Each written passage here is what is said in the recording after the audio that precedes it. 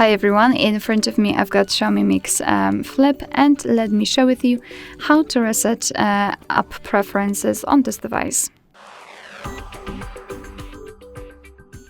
So let's begin with opening the settings, and here we have to scroll down in order to find the list of apps. So let's tap on Apps option.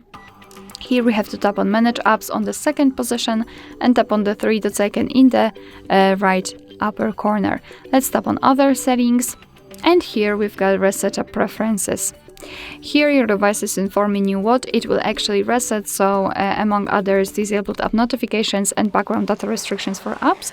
But of course no worries, you won't lose any app data. Simply tap on Reset Apps and basically this is it. Alright, so that will be all. Thank you so much for watching. I hope that this video was helpful, and if it was, please hit the subscribe button and leave the thumbs up.